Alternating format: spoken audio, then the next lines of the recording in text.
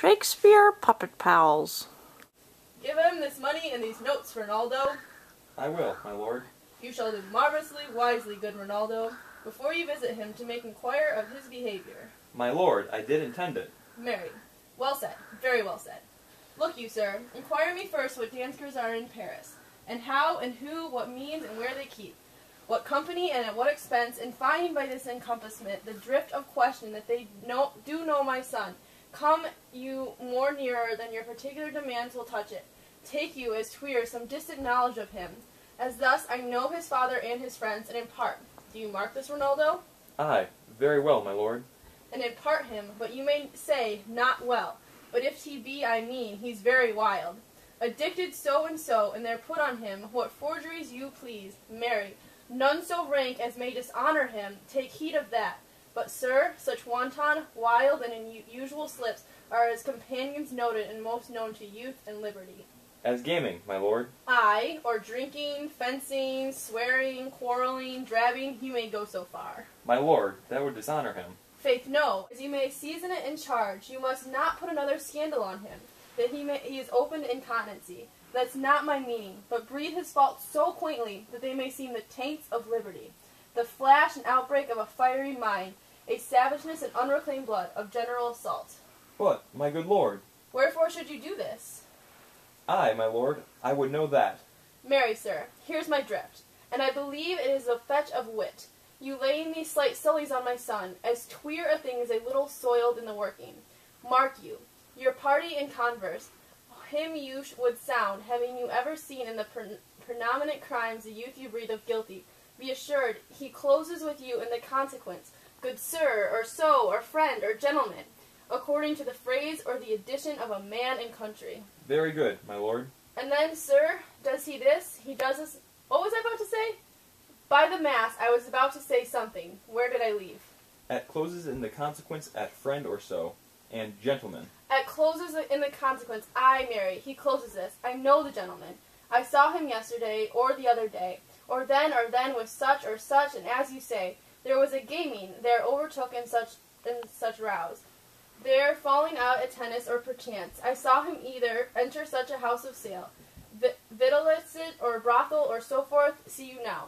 Your bait of falsehood takes this carp of truth, and thus do we of wisdom and of reach with windlasses and assays of bias, by indirections find directions out. So by my former lecture and advice shall you, my son, you have me, have you not? My lord, I have. God be with you, fare you well. Good, my lord. Observe his inclination in yourself. I shall, my lord. And let him ply his music. Well, my lord. Farewell. Okay, goodbye.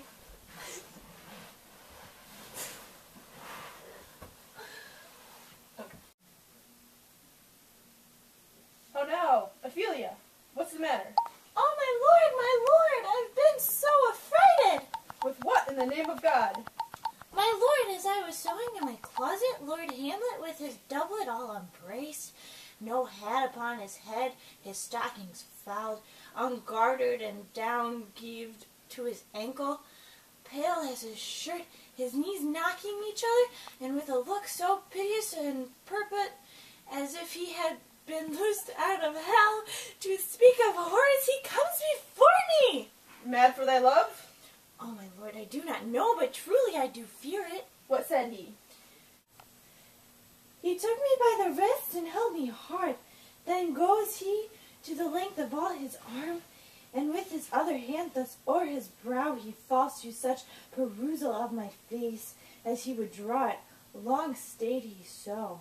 At last a little shaking of mine arm, and thrice his head thus weaving up and down, he raised a sigh so piteous and profound, as it did seem to shatter all his bulk, and his being. That done, he lets me go, and with his head over his shoulder turned, he seemed to find his way without his eyes, for out of the doors he went without their helps, and to the last bended their light on me.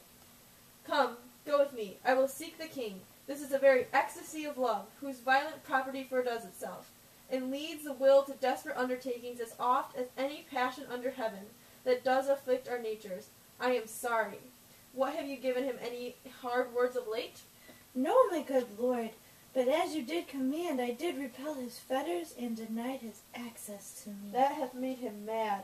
I am sorry that with better heed and judgment I had not quoted him. I feared he did but trifle, and meant to wreck thee. But beshrew my jealousy. By heaven, it is proper to our age to cast beyond ourselves and our opinions, as is common for the younger sort to lack discretion. Come, go we to the king. This must be known, which being kept close might move, more grief to hide than hate to utter love.